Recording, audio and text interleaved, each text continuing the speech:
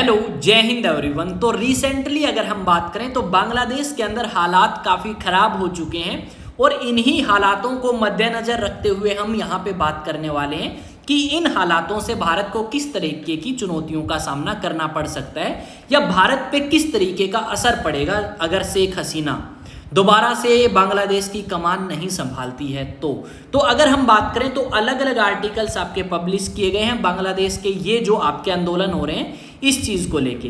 तो मुद्दा क्या है? बात यह है कि बांग्लादेश की जो प्रधानमंत्री शेख हसीना थी, उन्होंने कानून पास किया और उस कानून में लिखा गया कि जो भी व्यक्ति 1971 में बांग्लादेश को आज़ाद कराने में था या उनके जो फैमिली मेंबर्स हैं उनको 30% का रिजर्वेशन दिया जाएगा। उसके बाद बांग्लादेश के जो युवा लोग हैं वो शेख हसीना के खिलाफ प्रोटेस्ट करना स्टार्ट करते हैं और उन्हीं प्रोटेस्ट के चलते हुए शेख हसीना को बांग्लादेश में प्रधानमंत्री के पद से इस्तीफा और साथ में बांग्लादेश को भी छोड़ना पड़ा। बांग्लादेश को छोड़ के वो भारत की तरफ आती हैं और भारत के रिलेशन की अगर बात करें तो काफ़ी पुराने रिलेशन हैं बांग्लादेश के साथ में भारत के। जब से बांग्लादेश को बनाया गया है तब से बांग्लादेश के साथ भारत के रिलेशन काफ़ी स्ट्रॉन्ग और काफ़ी अच्छे हमें देखने को मिले हैं।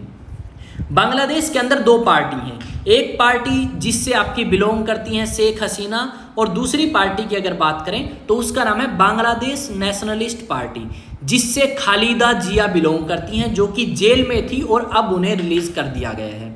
तो ये सारी की सारी चीज़ें आपकी चली। अब आपकी जो शेख हसीना है उसको आपका पद छोड़ना पड़ा और भारत की तरफ आना पड़ा। अगर शेख हसीना पावर में रहती या दोबारा से आती हैं तो उसके काफ़ी पॉजिटिव इम्पैक्ट हमें भारत के अंदर देखने को मिलेंगे, क्योंकि शेख हसीना आपकी एक ऐसी पार्टी को रन करती है जो ज़्यादा कट्टरपंथी शो नहीं करती और हर एक धर्म के लोगों को परमिशन देती है बांग्लादेश में रहने के लिए और साथ में हर एक धर्म के व्यक्ति के लिए काम भी करती है। दूसरी तरफ जो खालिदा जिया नाम की औरत है उसकी जो पार्टी है वो बांग्लादेश नेशनलिस्ट पार्टी है जो कि काफ़ी कट्टर है और साथ में चाइना का समर्थन और पाकिस्तान का समर्थन भी ये आपकी करती है, जिसके चलते हुए अगर वो पार्टी पावर में आई, खालिदा जिया की पार्टी या बांग्लादेश नेशनलिस्ट पार्टी पावर में आई, तो भारत के ऊपर काफ़ी बुरे असर हमें देखने को मिल सकते हैं।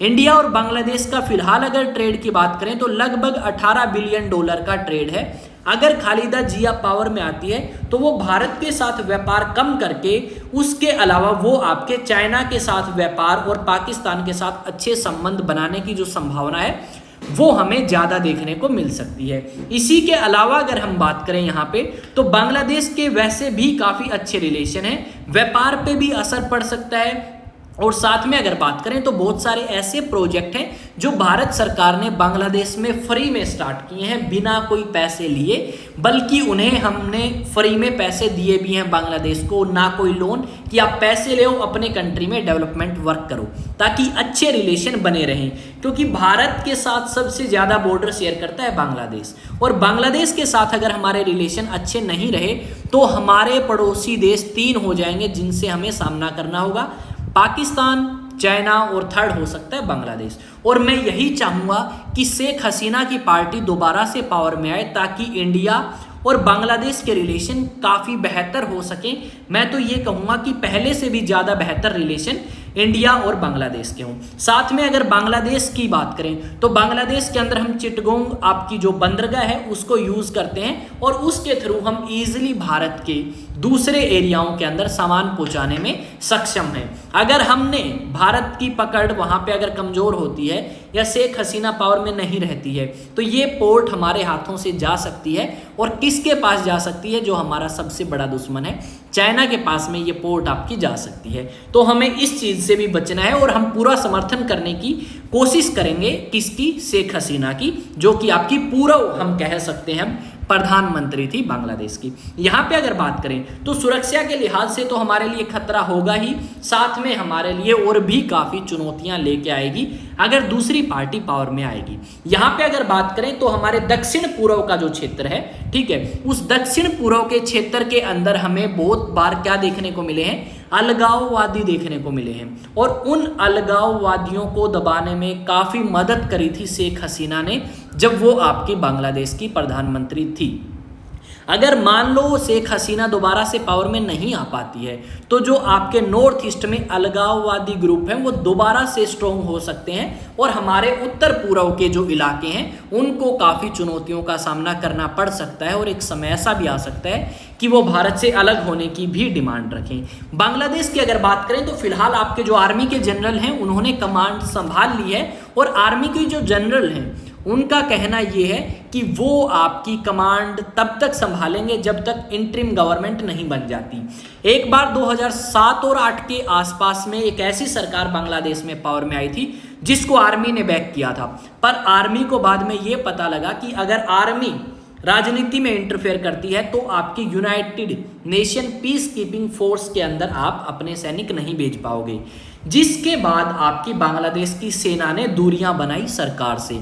और ये सारी चीजें हैं कि बांग्लादेश के साथ अगर हमारे रिलेशन खराब होते हैं तो बॉर्डर टेंशन्स इंक्रीज हो सकती हैं, नॉर्थ ईस्ट में टेंशन्स इंक्रीज हो सकती हैं, साथ में हमारा जो व्यापार है वो खराब हो सकता है और जो इतने पैसे हमने दिए और एक कंट्री को हमने बनवाया वो भी कहीं ना कहीं हमारे लिए चुनौती का सामना बन सकती है। तो इस करके जरूरी है कि शेख हसीना दोबारा से पावर में आए और भारत सरकार चाहती भी यही है कि शेख हसीना दोबारा से बांग्लादेश की कमांड संभाले और दोबारा से पहले की तरह स्मूथ रिलेशन चले। और मैं यही कहना चाहूँगा जितने भी प्रोटेस्टर्स हैं अपनी जो प्रॉपर्टी है गवर्नमेंट प्रॉपर्टी समझ के ना तोड़ें, आपके पैसे से ही बनी है, तो उस चीज़ का भी आप ध्यान में रखें। और आपके क्या ओपिनियन है बांग्लादेश को लेके तो आप वो मुझे बता सकते हैं कमेंट सेक्शन में।